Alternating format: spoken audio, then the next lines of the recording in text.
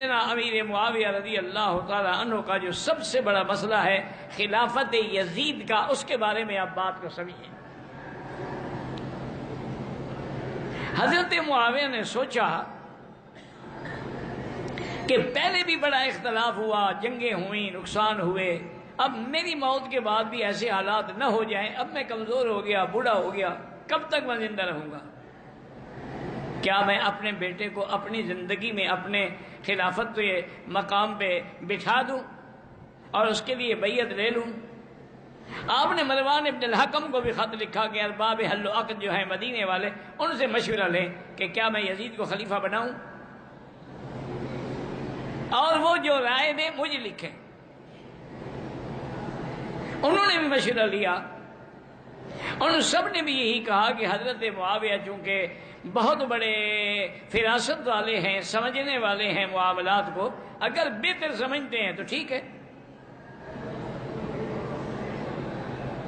اور جب آپ نے یزید کے لیے بیعت مانگی اور فیصلہ کیا تو اللہ سے دعا کی کہ یا اللہ، اگر یہ میرا فیصلہ ٹھیک ہے اور یزید اس کا مستحق ہے تو اس کی مدد فرما، اور اگر یہ میرا فیصلہ غلط ہے اور یزید اس کا مستحق نہیں ہے تو اس کی خلافت کبھی کامیاب نہ ہو۔ اور جس وقت حضرت معاویہ نے یزید کو خلیفہ بنایا تو یزید کے ایسے حالات نہیں تھے کہ اس کو خلافت نہ ملتی ہے، تو بعد میں بدلا ہے جب اقتدار آیا اس کے ہاتھ میں، ورنہ وہ تو جہاد میں شریک رہا، جنگوں میں شریک رہا، بڑا دین پہ چلنے والا، پابندی کرنے والا۔ یہ الگ بات ہے کہ اقتدار آنے کے بعد اس کے دماغ میں تبدیلیاں آنی شروع ہو گئی۔ یہ کہنا ہے کہ آدمی جب اقتدار آتا ہے یا دولت آتی ہے تو پھر ایسے حالات پیدا ہو جاتے ہیں۔ بعد میں یزید کے کردار کی کوئی گواہی نہیں دیتا، بلکہ اکثر یہی کہتے ہیں کہ اس کے اخلاق اور کردار ہر لحاظ سے اسلام کے خلاف تھا، حتیٰ کہ اسی کی وجہ سے سیدنا حسین کا واقعہ کربلا پیش آیا، حتیٰ کہ اسی کے اقتدار کی وجہ سے مدینہ منورہ میں واقعہ حرہ پیش آیا کہ 3 دن کے لیے مدینہ بند ہو گیا۔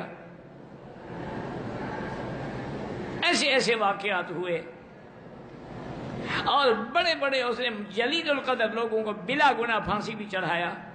یہ سارے حالات حضرت امیر معاویہ کی وفات کے بعد ہیں، ان کی زندگی میں یہ واقعات نہیں ہیں۔ اب آدمی عالم الغیب تو نہیں ہوتا کہ میرا بیٹا کل کیا کرے گا،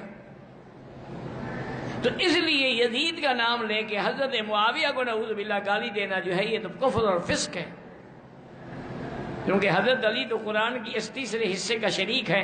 والسابقون الاولون من المہاجرین والانصار والذین اتبعوہم بإحسان رضی اللہ عنہم ورضوا عنہ۔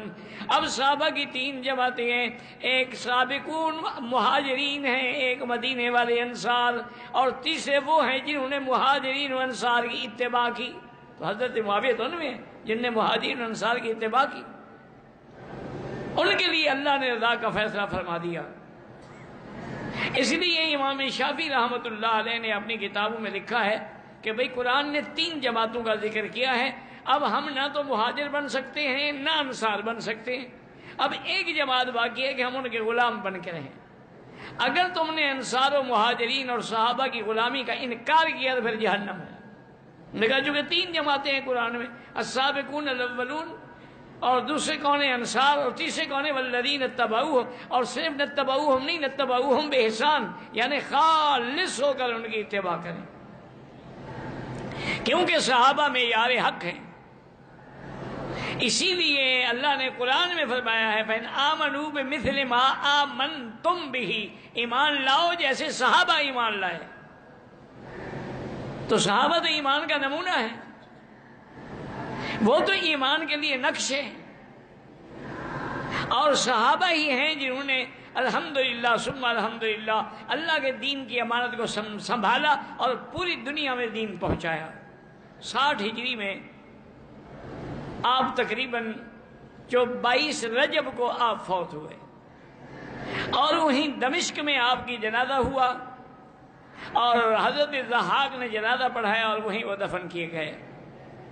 اب روافض اور شیعہ نے ایک مذموم حرکت کی ہے کہ 22 رجب کو وہ کونڈے بناتے ہیں اور اس کو کہتے ہیں کہ حضرت امام جعفر کی پیدائش کی وجہ سے ہے، حالانکہ یہ غلط بات ہے۔ حضرت امام جعفر تو رمضان میں پیدا ہوئے، وہ تو 22 رجب کو پیدا ہی نہیں ہوئے۔